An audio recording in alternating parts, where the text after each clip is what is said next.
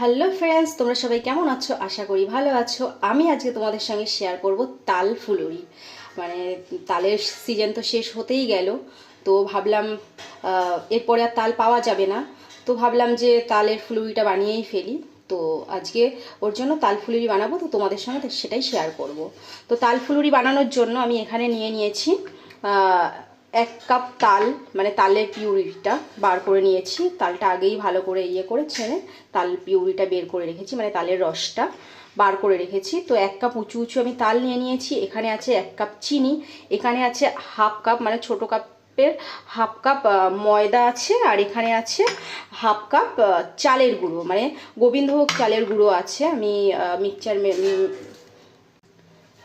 আমি মিক্সচার গ্রাইন্ডারে চালের গুঁড়োটা করে রেখেছি, গোবিন্দভোগ চাল। তো এটা গুঁড়ো করে রেখেছি, আর গোবিন্দভোগের চাল দিয়ে তো খুব সুন্দর একটা স্মেল আসে, সবাই জানে।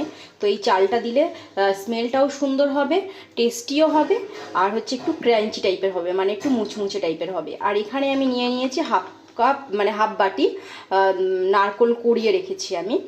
তো চলো স্টার্ট করা যাক। তো প্রথমেই আমি একটা বোল নিয়ে নিচ্ছি, মানে একটা বাটি নিয়ে নিলাম। এই বাটিতেই আমি প্রথমে এই চালের গুঁড়োটা দিয়ে দিলাম, হাফ কাপ চালের গুঁড়ো। আর এখানে দিয়ে দিচ্ছি হাফ কাপ ময়দা।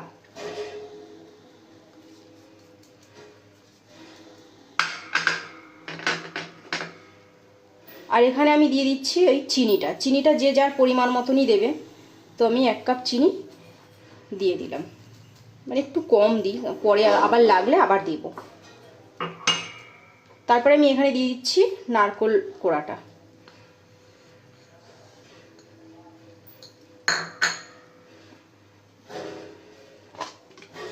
আর আমি এখানে দিয়ে দিচ্ছি একটুখানি পরিমাণ মতো নুন, টেস্টের স্বাদের জন্য একটু নুন দিয়ে দিলাম।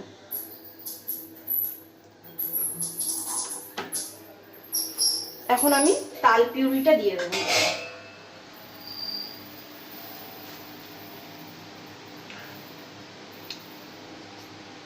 সরি, আমি প্রথমে এই নুনটা দিয়েছি, সেটা একটুখানি আমার করে রাখার দরকার ছিল। যাই হোক, তো আমি তালের ইয়েটা দিয়ে দিচ্ছি।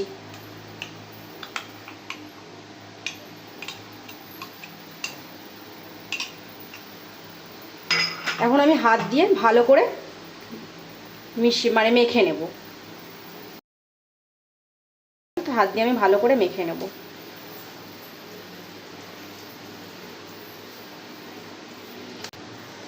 তালটা একটু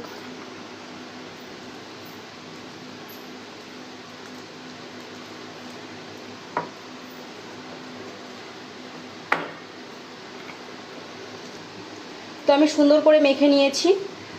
তো থিকনেসটা ঠিক এরকম আসবে, এই যে, যাতে এইভাবে দিতে পারি আমি ফুলুরিগুলো। তো এরকম হয়েছে থিকনেসটা। তো আমি এখন এটাকে রেস্টে 15 মিনিট রেখে দেবো। যেহেতু চিনি দিয়েছি, চিনিটা একটু, মানে চিনির দানা দানা আছে, একটু গলে যাবে, তাই 15 মিনিট আমি রেখে দিচ্ছি রেস্টে।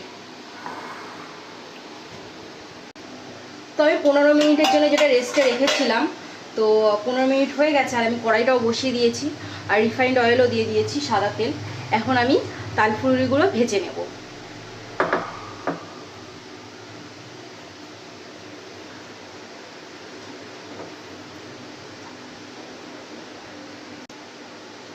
তো আমি তাল ফুলুরিটা মানে দিয়ে দিচ্ছি, ভেজে নেব এবার।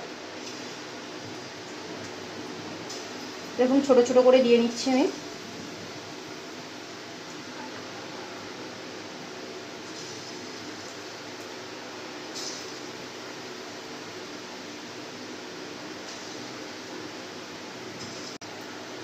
তো আমি দিয়ে দিয়েছি। এবারে গ্যাসটা লো টু মিডিয়ামে রেখে ভাজতে হবে। আর বেশি জোরে গ্যাসটা দিয়ে দিলে তাহলে কিন্তু পুড়ে যাওয়ার ভয় আছে, উপর থেকে পুড়ে যাবে আর ভেতরে কাঁচা থেকে যাবে। তাই গ্যাসটা লো টু মিডিয়ামে রেখে হালকা করে ভেজে নিতে হবে, আস্তে আস্তে করে। তো এখন একটু নেড়ে চেড়ে দিতে হবে, মানে সমস্ত এপাশ ওপাশ করে একটু ভেজে নিতে হবে। দেখুন লাল লাল হয়ে এসেছে আমার তালের ফুলুরিগুলো। এবার নেড়ে চেড়ে উল্টে পাল্টে পুরো ভালো করে ভেজে নিতে হবে, ঘুরিয়ে সমস্ত পাঁচগুলো।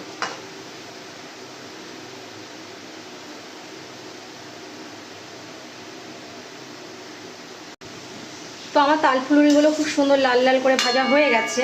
আমি আস্তে গ্যাস করে মানে গ্যাসের ফ্লেমটা লো টু মিডিয়ামে রেখে আস্তে আস্তে করে ভেজেছি, ভেতরটাও খুব সুন্দরভাবে হয়ে গেছে। তো এখন আমি নামিয়ে নেব। এখন আমি তুলে নিচ্ছি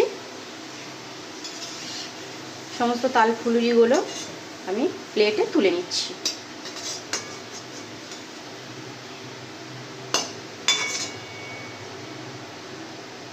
আমি এবার বাকিগুলো আবার এইভাবে ভেজে নেব।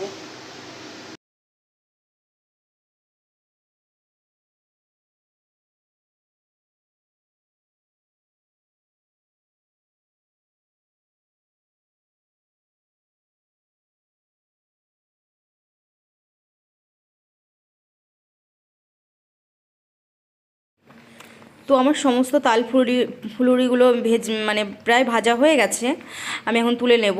তো দেখুন আমার গরম গরম মুচমুচে তাল ফুলুরি রেডি। তো খুব বেশি উপকরণ লাগে না, ঘরে থাকা উপকরণ দিয়েই হয়ে যায়। তো বাড়িতে আপনারা এটা ট্রাই করতেই পারেন, এখন তালের সিজন, তো আর কদিন পরেই তাল পাওয়া যাবে না। তো চটজলদি তাল ফুলুরিটা এইভাবে বানিয়ে ফেলুন বাড়িতে খুব কম সময়ের মধ্যে।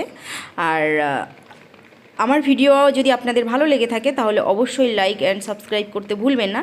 আর এখানেই আমি এন্ড করছি, আবার আসবো নতুন কোনো রেসিপির সঙ্গে।